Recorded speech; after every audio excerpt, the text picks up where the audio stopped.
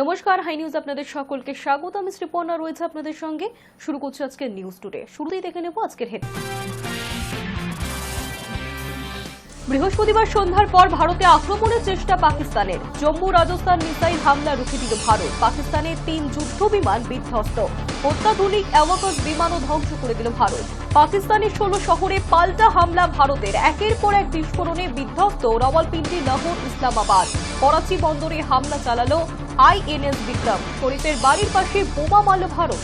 যুদ্ধ পরিস্থিতির মধ্যে পাক সেনার অভ্যুত্থান। অসমর্থিত সূত্রের খবর, পাক সেনাপ্রধান আসিম মুনির গ্রেফতার। নতুন সেনাপ্রধান শাহির শামজাদ মির্জা। পরিস্থিতি নিয়ে মুখে ফুলো পাক সরকারের। ভারত পাক সংঘর্ষে নাক গলাবে না আমেরিকা, জানিয়ে দিলেন মার্কিন উপরাষ্ট্রপতি। আমরা বড়জোর উত্তেজনা প্রশমনের অনুরোধ জানাতে পারি, বললেন জেডি ভান্স। পাকিস্তানের নির্লজ্জ আক্রমণে জোরালো প্রত্যাঘাত ভারতের। গভীর রাতে ফের পাকিস্তানের ড্রোন হামলা। ভারতের পশ্চিমাংশকে টার্গেট করে মিসাইল, ড্রোন ছোড়ার অপচেষ্টা। ভারত যেখানে বেছে বেছে জঙ্গি ঘাঁটিতে আক্রমণ করেছিল, সেখানে নির্লজ্জভাবে সাধারণ নাগরিকদের উপর হামলার চেষ্টা পাকিস্তানের।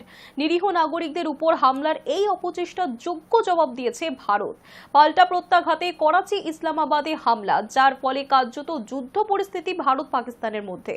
এদিকে জল, স্থল, আকাশে ভারতের ত্রিমুখী হামলা। অন্যদিকে সেই আক্রমণে তছনছ দেশের অন্দরেই বিদ্রোহ তুঙ্গে। সব মিলিয়ে এখন ছন্নছাড়া, দিশেহারা পাকিস্তান। পাক হামলার পাল্টা ভারতীয় অ্যাকশন বৃহস্পতিবার বিকেল থেকেই ধাপে ধাপে বাড়ছিল। রাত বাড়তেই জল, স্থল এবং আকাশপথে একযোগে ভারতীয় সেনার আক্রমণে পাকিস্তানি প্রতিরোধ খান খান। সূত্রের দাবি, অন্তত 16টি পাক শহরে একযোগে চলে ভারতের অ্যাকশন।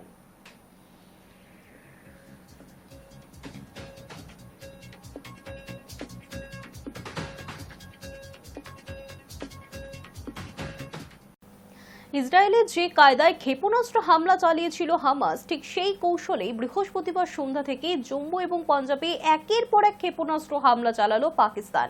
কিন্তু অতন্ত্র প্রহরায় থাকা সুদর্শন চক্র সেই সব ক্ষেপণাস্ত্রকে আকাশেই ধ্বংস করে দিয়েছে। সেনা সূত্রে জানানো হয়েছে, জম্মু এবং পাঞ্জাবের একাধিক জায়গা লক্ষ্য করে ক্ষেপণাস্ত্র হামলা চালায় পাকিস্তান। কিন্তু সেই হামলা ভেস্তে দিয়েছে ভারতের আকাশ প্রতিরক্ষা ব্যবস্থা S-400 ট্রায়াম্ফ, যেটি ভারতীয় সেনার সুদর্শন চক্র নামে পরিচিত। গোয়েন্দা সূত্রে খবর, জম্মু এবং পাঞ্জাবে যে কৌশলে পাকিস্তান ক্ষেপণাস্ত্র হামলা চালাচ্ছে, তার সঙ্গে মিল রয়েছে হামাসের হামলার। পেহেলগাঁও কাণ্ডের পরই পাক অধিকৃত কাশ্মীরে আইএসআই এবং জৈশ জঙ্গি গোষ্ঠীর সঙ্গে হামাস নেতাদের এক বৈঠক হয়েছিল বলেই বেশ কয়েকটি সূত্রে দাবি করা হয়েছে। শুধু তাই নয়, পাক অধিকৃত কাশ্মীরে হামাস নেতাদের দেখা মেলার পর থেকেই জল্পনা উস্কায় যে তাহলে কি পাকিস্তানকে সহযোগিতা করছে হামাস। বৃহস্পতিবার জম্মু এবং পাঞ্জাবে যে কৌশলে পাকিস্তান হামলা চালিয়েছে, তা থেকে গোয়েন্দাদের অনুমান নেপথ্যে হামাস যোগ রয়েছে। ক্ষেপণাস্ত্র হামলা শুরু হতেই রাজস্থান, পাঞ্জাব এবং জম্মুতে সম্পূর্ণ ব্ল্যাকআউট করে দেওয়া হয়। রাজস্থানের বিকানের, পাঞ্জাবের জালান্ধার, অমৃতসর, জম্মুর কিস্তওয়ার, আখনুর, সাম্বায় ব্ল্যাকআউট করে দেওয়া হয়। জম্মুতে বিমানবন্দর, সেনা ছাউনি, বায়ুসেনা ঘাঁটি এবং আধা সেনার কার্যালয় লক্ষ্য করে ক্ষেপণাস্ত্র ছোড়ে পাকিস্তান। পাশাপাশি ড্রোন হামলা চালায় তারা, কিন্তু কোনো ক্ষেত্রেই সফল হয়নি পাকিস্তান। ভারতের আকাশ সীমায় ঢোকার আগেই S-400 পাল্টা হামলায় আকাশেই ধ্বংস হয় ক্ষেপণাস্ত্র এবং ড্রোনগুলি। High news network. ভোরবেলা জম্মুর পুঞ্চেও বিস্ফোরণের শব্দ। তড়িঘড়ি ব্ল্যাকআউট করা হলো এলাকা। বৃহস্পতিবার রাত 11টা নাগাদ সাম্বা জেলায় আন্তর্জাতিক সীমান্ত রেখা পেরিয়ে কয়েকজন জঙ্গি ভারতে ঢোকার চেষ্টা করে। সেই চেষ্টাই প্রতিহত করেছে ভারতের সীমান্তরক্ষী বাহিনী BSF। ভোরে জম্মু ও কাশ্মীরের পুঞ্চে হঠাৎই বিস্ফোরণের শব্দ শোনা যায়। এই শব্দ কিসের এবং উৎসস্থল কোথায়, তা এখনো স্পষ্ট নয়। সংবাদ সংস্থা ANI জানিয়েছে, নিয়ন্ত্রণ রেখা বা LOCর কাছে শব্দটি শোনা গিয়েছে। তাদের প্রতিবেদনে জানানো হয়েছে, বিস্ফোরণের শব্দ পাওয়ার পরেই জম্মু ও কাশ্মীরের প্রায় সব জায়গাকে ফের ব্ল্যাকআউট করে দেওয়া হয়। ভোরের আলো ফোটার আগে পর্যন্ত ওই সমস্ত এলাকা অন্ধকারেই ডুবেছিল, বাজছিল সাইরেনও। অন্যদিকে জম্মু ও কাশ্মীরের নিয়ন্ত্রণ রেখা বরাবর গোলাগুলি চালানো অব্যাহত রেখেছে পাকিস্তান। তার মধ্যে বৃহস্পতিবার রাত 11টা নাগাদ সাম্বা জেলায় আন্তর্জাতিক সীমারেখা পেরিয়ে কয়েকজন জঙ্গি ভারতে ঢোকার চেষ্টা করে। সেই চেষ্টা প্রতিহত করেছে ভারতের সীমান্তরক্ষী বাহিনী BSF। এর নেপথ্যে পাক সেনার হাত রয়েছে বলেই মনে করা হচ্ছে। ভোরে BSF এর তরফে জানানো হয়েছে, সাম্বা জেলায় আন্তর্জাতিক সীমান্তে বড় ধরনের অনুপ্রবেশের চেষ্টা প্রতিহত করা গিয়েছে। জম্মুর পাশাপাশি রাজস্থান, পাঞ্জাবের একাংশেও বৃহস্পতিবার রাতে ড্রোন হামলা চালায় পাকিস্তান। সেখানে ছুটে আসে একের পর এক ক্ষেপণাস্ত্র, মর্টার। পাকিস্তানের হামলা শুরু হতেই ওই 3 রাজ্যের সীমান্ত লাগোয়া এলাকায় বন্ধ করে দেওয়া হয় আলো। পাঞ্জাবের রাজধানী চণ্ডীগড়ে বাজানো হয় সাইরেন। গোটা বিষয়টি জানানো হয় প্রধানমন্ত্রী নরেন্দ্র মোদীকে। তাকে ফোন করেন ভারতের জাতীয় নিরাপত্তা উপদেষ্টা অজিত ডোভাল। পাল্টা জবাব দেয় ভারতীয় সেনাবাহিনীও। পাকিস্তানের রাজধানী ইসলামাবাদ, লাহোর, সিয়ালকোটে পাল্টা জবাব দেয় ভারতীয় সেনা। High news network. অপারেশন সিন্দুরে মৃত্যু হয়েছে 100 জঙ্গি। সর্বদল বৈঠকে বললেন প্রতিরক্ষা মন্ত্রী রাজনাথ সিং। বৃহস্পতিবার সর্বদল বৈঠকে সভাপতিত্ব করেছেন প্রতিরক্ষা মন্ত্রী রাজনাথ সিং। উপস্থিত ছিলেন কেন্দ্রীয় স্বরাষ্ট্রমন্ত্রী অমিত শাহ, বিদেশমন্ত্রী জয়শঙ্কর সহ মন্ত্রিসভার অন্যান্য সদস্যরাও। অপারেশন সিন্দুরে 100-রও বেশি জঙ্গির মৃত্যু হয়েছে। বৃহস্পতিবার সর্বদল বৈঠকে এমনটাই জানালেন প্রতিরক্ষা মন্ত্রী রাজনাথ সিং। বৃহস্পতিবার সংসদ ভবনে হওয়া সর্বদল বৈঠকে উপস্থিত ছিলেন না প্রধানমন্ত্রী। সভাপতিত্ব করেন প্রতিরক্ষা মন্ত্রীরাই। উপস্থিত ছিলেন কেন্দ্রীয় স্বরাষ্ট্রমন্ত্রী অমিত শাহ, বিদেশমন্ত্রী জয়শঙ্কর, অর্থমন্ত্রী নির্মলা সীতারামন, সংসদীয় বিষয়ক মন্ত্রী কিরেন রিজিজু সহ মন্ত্রিসভার অন্যান্য সদস্যরা। सबसे पहले रक्षा मंत्री जी ने ऑपरेशन सिंदूर के बारे में पूरे लीडर्स को जानकारी दिया, परिस्थिति के बारे में, हालात के बारे में और सरकार का मंशा, सारे चीज़ों को लेकर के ब्रीफिंग हुआ। उसके बाद में सारे पॉलिटिकल लीडर्स ने अपने मत रखा, पार्टी का विचार को और सुझाव भी दिया है। কংগ্রেসের তরফে উপস্থিত ছিলেন রাজ্যসভার বিরোধী দলনেতা মল্লিকার্জুন খার্গে এবং লোকসভার বিরোধী দলনেতা রাহুল গান্ধী। তৃণমূলের তরফে বৈঠকে যোগ দেন সুদীপ বন্দ্যোপাধ্যায়। তাছাড়া ডিএমকের তরফে উপস্থিত ছিলেন টি.আর. বালু, আপের তরফে সঞ্জয় সিং, উদ্ধব সেনার তরফে সঞ্জয় রাউত, এনসিপির তরফে সুপ্রিয়া সুলে, মিমের তরফে আসাদুদ্দিন ওয়াইসি। सभी ने ये बताया कि इस घड़ी में, इस संकट के घड़ी में हम सब आपके साथ हैं और आप जो काम कर रहे हैं करते रहिए और देश के हित में हम आपके साथ रहेंगे। कि ऐसी चीजें हैं जो डिस्कस नहीं करनी है, तो बस सबने सपोर्ट है। সর্বদল বৈঠকে অপারেশন সিন্দুরের মাধ্যমে কিভাবে পাকিস্তানের জঙ্গি ঘাঁটিগুলিতে প্রত্যাঘাত করা হয়েছে তা তুলে ধরা হয়েছে। এই সামরিক অভিযানের সম্ভাব্য প্রভাব, যে কোনো পাক হামলার জবাবে সম্ভাব্য প্রতিক্রিয়া নিয়েও বৈঠকে আলোচনা হয়েছে বলেই সূত্রের খবর। এই বৈঠকে উপস্থিত সকলেই সেনার সাহসিকতার প্রশংসা করেছেন। High news network. গত 22 এপ্রিল কাশ্মীরের পেহেলগাঁওয়ে পর্যটক হত্যাকাণ্ডের সময় ভারত সফরে ছিলেন তিনি। কড়া ভাষায় নিন্দা করেছিলেন সন্ত্রাসবাদী হামলার। কিন্তু পাকিস্তানের সন্ত্রাসের ঠিকানায় ভারতীয় সেনার অপারেশন সিন্দুর এবং তার জেরে তৈরি হওয়া সংঘাতের আবহে সাবধানী প্রতিক্রিয়া জানালেন আমেরিকার ভাইস প্রেসিডেন্ট জেডি ভান্স। কোনো অবস্থাতেই যাতে নয়াদিল্লি ইসলামাবাদের দ্বন্দ্ব পরমাণু সংঘাতের দিকে না যায় সে বিষয়ে আন্তর্জাতিক মহল সতর্ক বলেই জানিয়েছেন ভান্স। বললেন, সাধারণভাবে ভারত পাক সংঘাত আমাদের নাক গলানোর বিষয় নয়, তাই আমরা যুদ্ধে জড়াতে বা ওই দুই দেশকে নিয়ন্ত্রণও করতে পারি না, বড়জোর উত্তেজনা প্রশমনের আবেদন জানাতে পারি। তবে কোনো অবস্থাতেই যাতে নয়াদিল্লি ইসলামাবাদের দ্বন্দ্ব পরমাণু সংঘাতের দিকে না যায় সে বিষয়ে আন্তর্জাতিক মহল সতর্ক বলেই জানিয়েছেন ভান্স।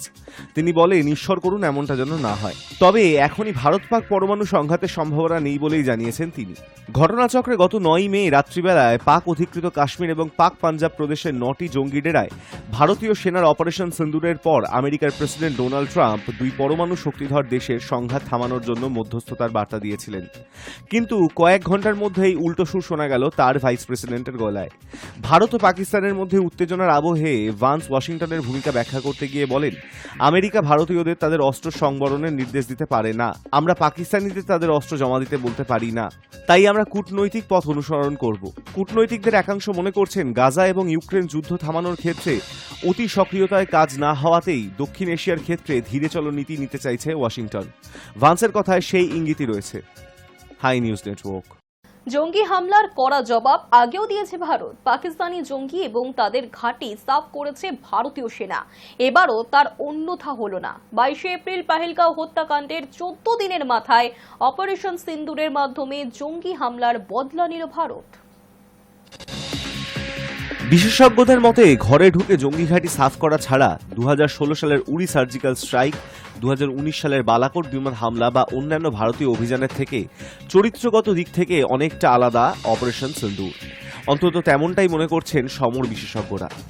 বিশেষজ্ঞদের দাবি, এর আগের অভিযানগুলি সীমিত পরিসরে পরিচালিত হয়েছিল, কিন্তু অপারেশন সিন্দুর প্রযুক্তিগতভাবে শক্তিশালী, বিস্তৃত এবং ভারত পরিচালিত অন্যান্য অভিযানের থেকে আলাদা। এর আগের অভিযানগুলিতে মূলত পাকিস্তান সীমান্তবর্তী জঙ্গি ঘাঁটিগুলোকেই নিশানা করেছিল ভারতীয় বাহিনী। তবে সেই অবস্থান থেকে নয়াদিল্লি যে অনেকটাই সরে এসেছে অপারেশন সিন্দুরের মাধ্যমে সেটাই প্রমাণিত হলো।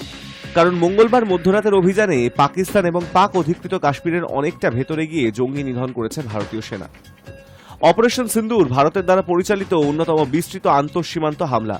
এই প্রত্যাঘাতে ভারতের কৌশলগত অবস্থানের একটি বিবর্তন লক্ষ্য করা গিয়েছে বলেও মনে করছেন বিশেষজ্ঞরা।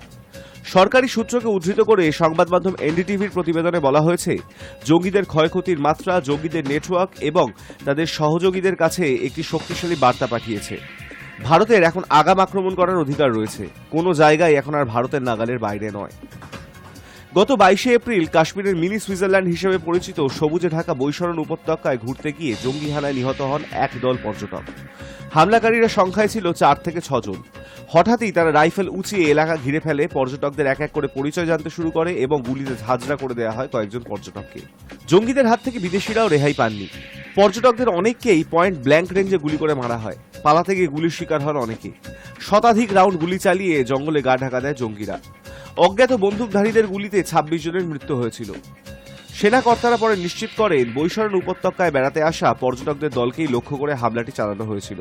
22শে এপ্রিল দুপুরের ওই ঘটনার দায় নিয়েছিল দ্য রেজিস্ট্যান্স ফ্রন্ট। 2019 সালে জম্মু ও কাশ্মীরের রাজনৈতিক অস্থির পরিস্থিতির আবহে জন্ম হয়েছিল এই সন্ত্রাসী গোষ্ঠীর। সে সময় পাক জঙ্গি গোষ্ঠী লস্কর ই তয়বার ছায়া সংগঠন হিসাবে উঠে আসে টিআরএফ। সেই জঙ্গি হানার প্রত্যাঘাতই অপারেশন সিন্দুর।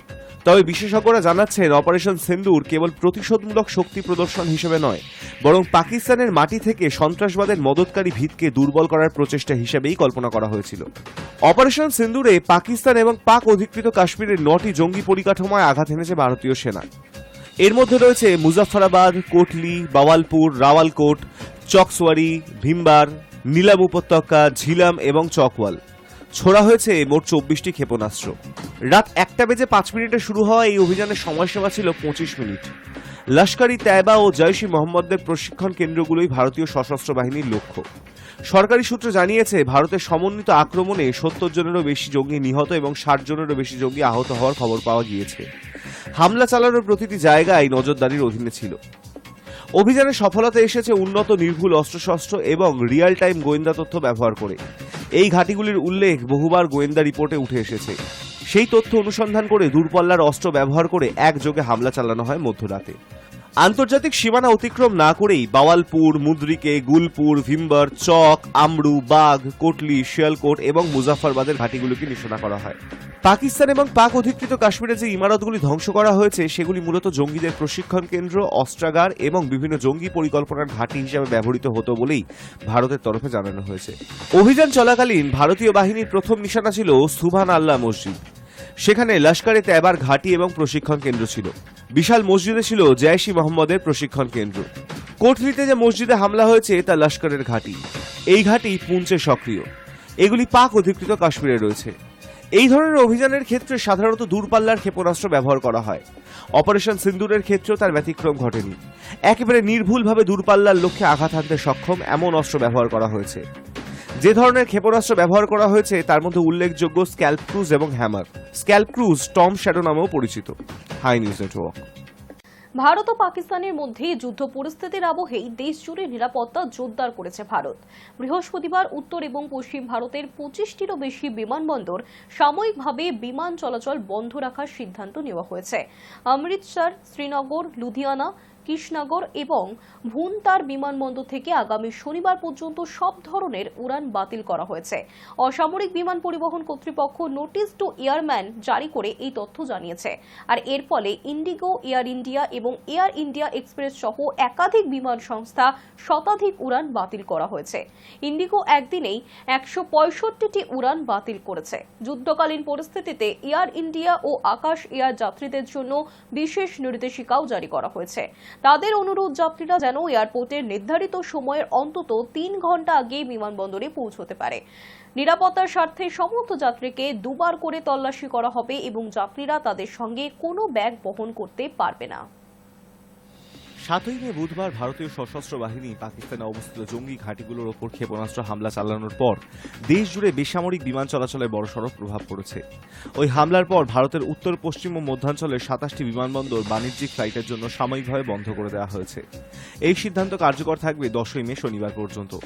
এই পরিস্থিতিতে বৃহস্পতিবার ভারতের বিভিন্ন বিমান সংস্থা প্রায় 430টি ফ্লাইট বাতিল করেছে, যা দেশের নির্ধারিত ফ্লাইটের প্রায় 3 অংশ। পাকিস্তানের বিমান সংস্থাগুলিও 147টি ফ্লাইট বাতিল করেছে, যা তাদের মোট নির্ধারিত ফ্লাইটের প্রায় 17%। পিটিআই এর তথ্য অনুযায়ী Air India, IndiGo, SpiceJet, Air India Express, Akasa Air ও কিছু আন্তর্জাতিক বিমান সংস্থা তাদের বিভিন্ন গন্তব্যের ফ্লাইট বাতিল করেছে। ফ্লাইট রেডার 24-এ দেখা গেছে কাশ্মীর থেকে গুজরাট পর্যন্ত বিস্তৃত ভারতের পশ্চিম সীমান্ত এবং পাকিস্তানের উপরিভাগের আকাশপথ কার্যত ফাঁকা হয়ে পড়েছে।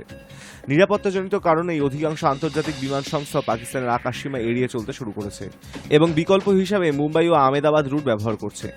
বন্ধ হওয়া বিমানবন্দরগুলোর মধ্যে উল্লেখযোগ্য হল শ্রীনগর, জম্মু, লে, চণ্ডীগড়, অমৃতসর, লুধিয়ানা, পাতিওয়ালা, ভাটিন্ডা, হালওয়ারা, পাঠানকোট, ভুন্তার, শিমলা, গগ্গল, ধর্মশালা, কিশনগড়, জয়সলমের, যোধপুর, বিকানের, মুন্দ্রা, জামনগর, রাজকোট, পোরবন্দর, কান্ডলা, কেশড, ভুজ, গোয়ালিয়র ও হিন্ডন। বুধবার ভারত সরকার প্রায় 25টি আন্তর্জাতিক রুট বন্ধ করে দেয়, যেগুলোর মাধ্যমে বিমান পাকিস্তানের আকাশসীমায় প্রবেশ করত। সশস্ত্র বাহিনীর ক্ষেপণাস্ত্র অভিযান চালানোর দিনে এই পদক্ষেপ নেওয়া হয়। বিশ্লেষকরা বলছেন এই পদক্ষেপ শুধু উভয় দেশের মধ্যে সামরিক উত্তেজনা নয়, বরং আন্তর্জাতিক বিমান পরিবহন ব্যবস্থাকেও মারাত্মকভাবে প্রভাবিত করেছে। বাণিজ্যিক বিমান চলাচলের এমন বাধা যাত্রীদের যেমন অসুবিধায় ফেলেছে, তেমনি অ্যাভিয়েশন ইন্ডাস্ট্রিতেও বড় ধাক্কা এনে দিয়েছে। বর্তমানে পরিস্থিতি নজরদারির মধ্যে রয়েছে এবং নিরাপত্তা পরিস্থিতির উন্নতি না হওয়া পর্যন্ত এই বিধিনিষেধ বলবৎ থাকবে বলেই জানানো হয়েছে। হাই নিউজ নিউজ টুডে এখনকার মতো এই পর্যন্তই। দেখতে থাকুন হাই নিউজ, নির্ভীক, নিরপেক্ষ।